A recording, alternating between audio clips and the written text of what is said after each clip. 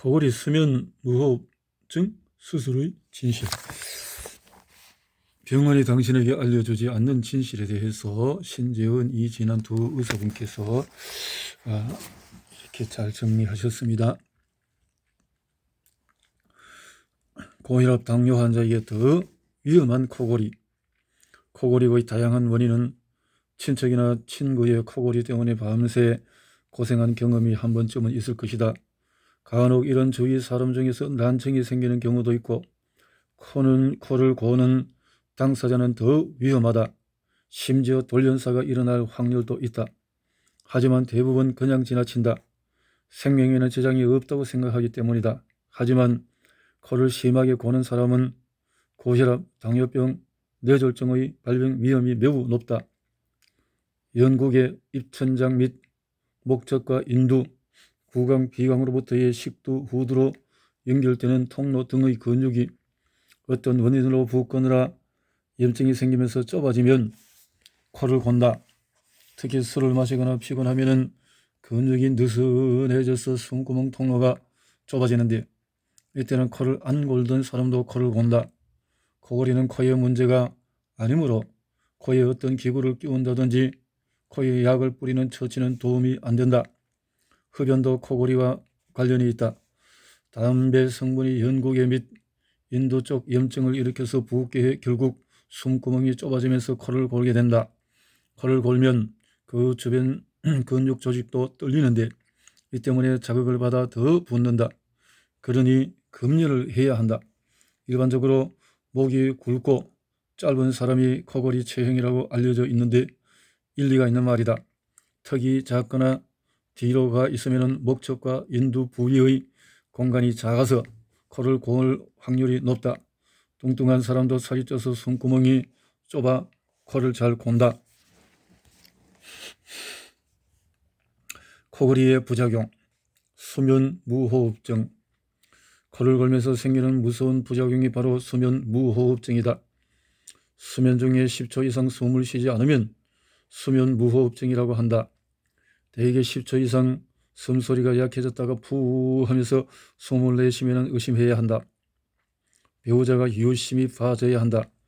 초기에 치료하지 않으면 고혈압이나 당뇨병이 있을 경우에 상태가 악화된다.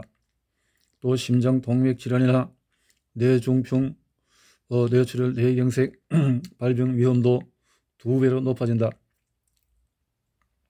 그 밖에 밤에 깼는데 가슴이 답답하거나 심장이 두근거릴 때도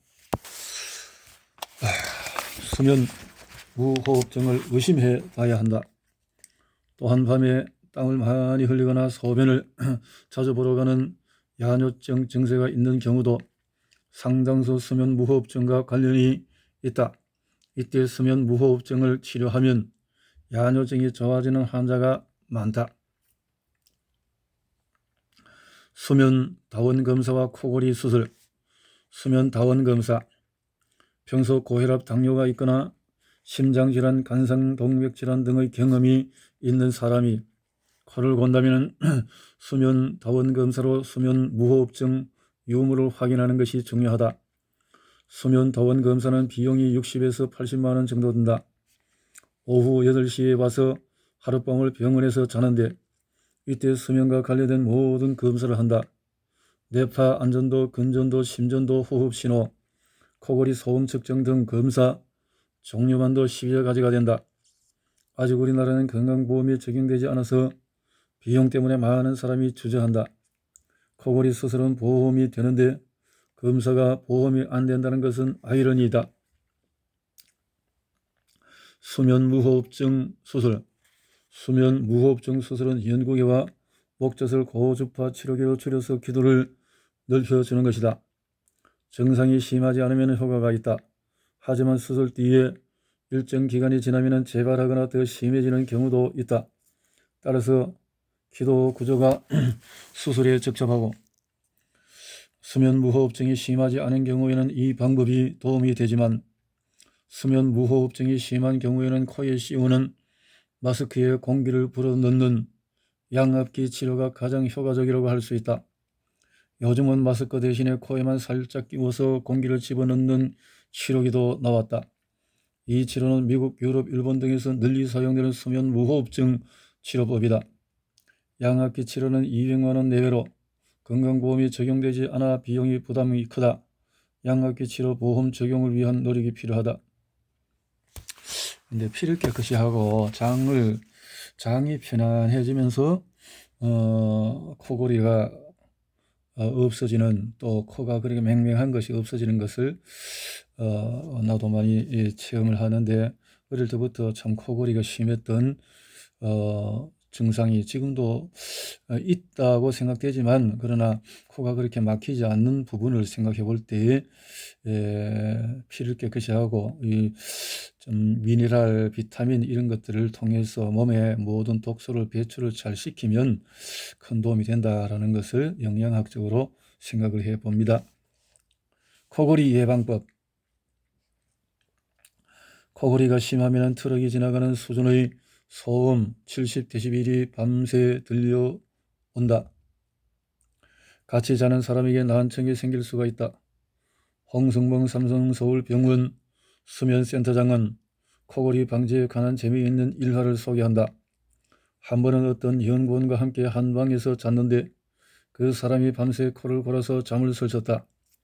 다음날 테니스 공을 그 연구원의 러닝 셔츠 뒤에 붙였더니 코골이가 확실히 줄었다. 옆으로 자게 한 것이다. 옆으로 자면 찌그러져 좁아있던 숨구멍에 공간이 조금 생기면서 코골이가 줄어든다. 또 음주와 흡연을 줄이고 가습기로 습도를 50에서 60%를 유지해주면 기도의 염증을 줄여서 코골이를 줄일 수 있다. 최근 호른과 같은 관악기를 매일 30분 정도 불면 기도 근육이 강화되어서 코골이와 수면 무호흡증을 줄여준다는 연구 결과도 있다. 또 잘 때 베개를 낮게 하는 것이 좋다. 살이 찌면 기도 주위에 지방이 쌓이면서 기도가 좁아져서 코골이가 심해진다. 과체중 혹은 비만인 경우에는 자기 체중의 10% 정도를 감량하면 코골이, 수면 무호흡증이 상당히 줄어든다. 음주나 흡연은 기도 주위 조직을 자극하여 붓게 만들고 그 결과 코골이와 수면 무호흡증을 악화시키므로 피해야 한다. 알레르기나 비염이 있어서 콧속이 부어 있으면 기도 저항이 커져서 수면 무호흡증이 심해진다. 이 질환들이 있으면 적극적으로 치료해야 한다.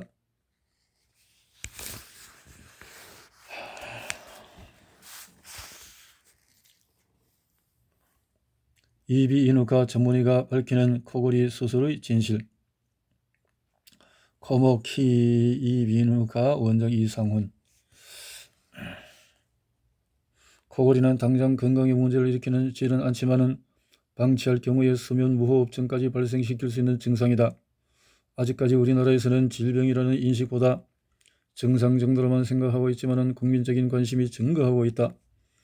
옆에 코를 심하게 고는 사람과 함께 잔다고 생각해보라. 아마 흡연하는 사람이 옆에 있는 것만큼이나 고통스러울 것이다. 외국의 경우의 코골이 치료는 호흡기 내과를 중심으로 정신과, 신경과, 치과, 이비인후과, 마취과 등 수많은 진료과에서 다각적으로 접근해 다양한 치료법을 모색하고 있다. 하지만 우리나라에서는 코골이를 이비인후과적인 수술로만 해결되는 질환으로 보는 왜곡된 시각이 있다. 어떤 질병이든지 빨리빨리 해결하고자 하는 국민의 급한 성격과 이에 부응하는 의사들이 코골이 환자를 수술로 내몰고 있는 것이다. 이 때문에 지금 코골이는 수술만 하면 완치되는 질환이라는 편견이 생겼다. 코골이와 수면 무호흡증의 치료는 레이저 목젖 절제 수술로 해결할 수가 있다는 통념이 유행처럼 번져 있다. 그나마 수술 결과가 좋으면 다행이지만 유감스럽게도 실제 수술 성공률은 50%가 되지 않는다. 더욱이 50%라는 수술 수치도 수술 대상을 엄격하게 선정했을 때의 확률이며 상당수가 재발함으로 성공률 자체가 무의미하기도 하다. 이게 당연하죠. 피를 깨끗이 하고 장을 통해서 또 이게 신체적인 조건을 만들지 않고 그냥 증상만 그거 완화시키려 하는 것이 이게 재발하지 않는다는 것이 더 큰 문제가, 더 큰 어떤 잘못이 있지 않는가 생각이 됩니다. 무엇보다 큰 문제는 실제로 코고는 증상이 심한 환자일수록 수술 성공률이 더욱 떨어진다는 점이다. 우리나라의 보험체계에서는 코골이와 수면 무호흡이 심한 환자일수록 코골이 수술에 대한 보험 적용을 받게 되어 있고, 오히려 증상이 심하지 않은 가벼운 코골이 환자의 경우에는 수술 효과가 더 좋음에도 불구하고 보험 적용을 받지 못하고 있다. 이미 선진국에서는 증상이 심할수록 수술보다는 오히려 다른 보조적인 치료가 더 효과적이라는 사실이 알려져 있다. 실제 선진국의 경우에 코골이와 수면 무호흡증에서 코골이 수술이 차지하는 비중은 적다. 수술 이외에 다른 방법이 시도되고 있다. 가령 밤에 잘 때에 코에다가 공기를 강제적으로 넣어주는 양압기 요법이나 턱을 앞으로 강제로 빼게 해서 숨구멍을 넓혀주는 구강내 장치 틀니 활용 등이 있다. 왜곡된 정책과 인식 때문에 증상이 심할수록 수술을 원하는 환자의 비율이 높다. 이에 일부 의사들은 수술을 기피하는 경향을 보이고 있다. 그러나 이미 코골이 수술이 코골이 치료에 있어서 가장 좋은 방법이라고 알고 있는 환자들의 인식을 바꾸는 것은 너무나도 힘들다. 환자들은 수술을 꺼리는 의사를 무능력하다고까지 생각하고 또 다른 병원으로 찾아가기 때문이다. 성공하지 못할 수술을 원하는 환자, 그것을 보험으로 지원해주는 정부, 수술 외의 다른 치료법을 환자에게 설득하기가 너무나도 힘든 의사, 또는 알면서도 쉽게 수술을 선택하는 의사, 모두 다 코골이 치료의 장애물이다. 코골이를 그러니까 수술로 해결할 수 있다. 왜 수술 안 해주냐? 수술 안 하면 무능한 의사가 아니냐? 이런 식의 인식 때문에 자, 의사들도 참 고객을 잃지 않으려고 하는 또 시도가 또 잘못된 방법으로 나타날 수가 있겠다라는 생각이 들어지네요. 줄기세포 치료의 진실. 줄기세포 만능 치료제인가? 하나의 세포가 심장, 간, 신장과 같은 여러 가지 장기로 분화한다는 줄기세포. 요즘 줄기세포가 새로운 치료제로 떠오르고 있다. 2011년 6월 심근경색 치료제 하티셀그램 AMI가 줄기세포 치료제로는 세계에서 처음으로 제조 판매 허가를 받은 데 이어 최근에 줄기세포 치료제 2호, 3호가 다시 제조 판매 허가를 받았기 때문이다. 2호는 메디포스트의 연골 재생 치료제 카티스템이고 3호는 안트로젠의 크론성 치루 치료제 큐피스템이다. 그러다 보니 많은 사람들은 줄기세포 치료제가 이제 눈앞에 펼쳐진 것처럼 느낀다. 또한 상당수의 사람들이 질환 부위에 줄기세포를 찌르기만 하면 손상된 세포가 저절로 나와서 정상적인 세포로 재생된다고 알고 있다. 그런데 정말 그럴까? 심장병 환자에게 줄기세포를 주입하면 고쳐질까? 그리고 정말로 1,000만 원에 가까운 치료 비용이 아깝지 않은 것일까? 필자는 직접 현장에서 줄기세포 치료제를 취재하면서 아직은 지켜봐야 한다는 생각이 든다. 급성 심근경색 환자를 위한 하티셀그램 AMI. 일단 FCB 파미셀의 하티셀그램 AMI를 살펴보자. 하티셀그램 AMI는 급성 심근경색 환자 중에서 이미 막힌 심장 동맥 부위를 뚫는 스텐트 시술을 받은 환자가 대상이다. 대상자는 대부분 치료가 늦어 심장세포의 괴사 부위가 크거나 괴사가 계속 진행되는 중증 환자로 제한했다. 이 환자들의 엉덩이 뼈에서 골수를 뽑아낸 후 근육과 뼈처럼 신체 기관으로 다양하게 분화할 수 있는 중간엽 줄기세포를 뽑는다. 이 세포를 3에서 4주가량 키워서 500만 개 정도로 만든 뒤 심장 동맥에 직접 주입하는 것이다. 여기서 우리가 알아야 할 것은 하티셀그램 AMI가 모든 급성 심근경색 환자에게 바로 적용할 수 있는 것이 아니라 이미 스텐트 시술을 받아서 응급치료가 끝난 환자를 그 대상으로 하고 있다는 점이다. 또한 환자는 바로 줄기세포를 맞는 것이 아니라 약 1달이라는 약물을 만드는 데 걸리는 시간을 기다려야 한다. 문제는 그 사이 이미 살 환자는 살고 죽을 환자는 죽는다는 것이다. 참. 일부 전문가들은 심근경색 환자의 줄기세포 치료 효과는 치료제를 주입하는 시기와 환자의 상태에 따라서 좌우된다고 말한다. 심근경색 부위가 크고 제때 치료해야 되는 골든타임을 놓쳤다면 발생 후 12시간 이후에 경색 발생 뒤에 4에서 10일에는 줄기세포를 손상 부위에 주사기로 주입해야 효과가 있다는 것이다. 그 이후에 맞으면 아무래도 효과가 떨어진다. 따라서 하티셀그램 AMI는 약물을 만드는 데 걸리는 데 시간을 최대한 단축시킬 필요가 있다. 치료제를 투입하자마자 심장 근육이 새로 형성되고 만들어지는 것이 아니기 때문이다. 자료에 따르면 이 치료제를 통해서 심장에서 온몸으로 피를 내뿜는 심장 박출률이 전부 다 5% 향상된다고 한다. 즉 망가진 심장을 새롭게 재생시키는 획기적인 치료제나 만능 치료제가 결코 아니라는 의미다. 물론 심장 박출률이 45% 이하로 떨어지면 합병증으로 인해서 사망률이 급증하는 환자의 경우 5% 정도의 심장 박출률 상승이 사망률을 급격히 낮추는 요인이 된다고 의미를 부여할 수는 있다.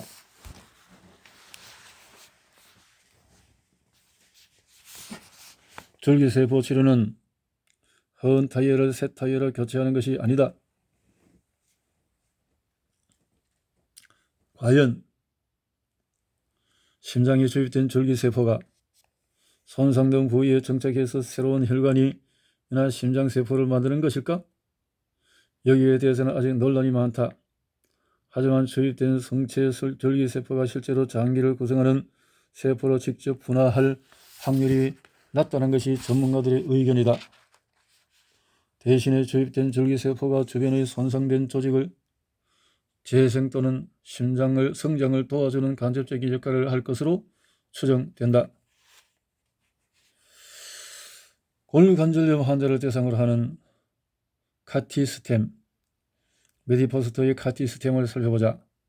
카티스템은 퇴행성 또는 반복적인 외상으로 무릎 연골의 손상이 심한 골관절염 환자에 사용한다. 특히 연골 손상 부위가 2에서 9제곱센티미터 정도인 환자에게 적합하다. 9제곱센티미터 정도의 손상은 한쪽 무릎 관절 연골의 절반 정도가 손상된 크기이다. 대개 그 정도가 되면 기존 수술로도 커버가 가능하다. 기존 수술이란 손상된 부위에 구멍을 내서 자가 연골 세포를 이식하는 것이다. 메디포스트 측은 임상시험 결과 카티스템이 기존 치료제에 비해 25%가량 효과가 더 좋다고 발표했다. 임상 대상자는 총 43명, 대조군은 33명 정도였다. 그런데 기존 치료제에 비해서 25%더 좋아질 것을 기대하여 1,000만 원 가까이 드는 비용을 들일 것이냐는 여전히 고민해야 하는 문제다. 더구나 카티스템을 무릎에 주입하려면 수술에 가까운 접근을 해야 한다. 단순히 주사기로 몸속에 줄기세포를 주입하는 방식이 아니라는 것이다. 이른바 무릎을 절개해서 뼈를 드러낸 후에 그 뼈 속에 구멍을 내어 그 속에 줄기세포를 집어넣는 것이다. 그러다 보니 환자는 오랫동안 침대에서 안정을 취해야 하는 단점이 있다. 아니, 함부로 움직일 수도 없다. 그러한 고통에 순간들을 참아야 한다. 아직은 매우 심한 관절염 환자에게 관절 연골 재생 치료제가 기존의 인공관절 수술보다 더 우수하다는 증거는 없다. 따라서 매우 심한 관절염 환자는 이 치료제의 대상이 아니다. 이렇다 보니 카티스템을 사용할 대상 환자가 일반인이 생각하는 처럼 많지가 않다. 가령 국내 관절염 환자 500만 명 중에 10만 명 정도가 여기에 해당된다는 것이 업체 측의 주장이다. 그러니 마치 관절염이 있는 모든 환자가 카티스템 치료의 대상인 것처럼 보이는 착각에 빠질 수 있다는 점은 경계해야 된다. 크론성 치료제 큐피스템, 안트로젠의 크론성 치료제 쿠피스템의 경우는 임상 2상을 마치고 시판 허가를 받았다. 다른 치료제처럼 임상 3상을 마치지 못했는데도 시판 허가를 받은 셈이다. 이러한 허가가 가능했던 이유는 큐피스템이 희귀 질환 환자를 대상으로 하기 때문이다. 즉 큐피스템은 대장에 염증이 생기는 희귀 자가 면역 질환인 크론병 환자 가운데 합병적으로 항문 주변에 치료가 생길 때 쓰인다는 것이다. 따라서 그 대상자는 매우 미미한 수준이다. 식약청 자료에 따르면 국내에 5천에서 1만 명 정도의 크론병 환자 중에서 20% 정도, 1,000에서 5천 명 정도가 치료 대상이다. 이렇게 작은 시장성을 극복하기 위해 회사 측은 외국으로 시장 진출을 노리고 있다.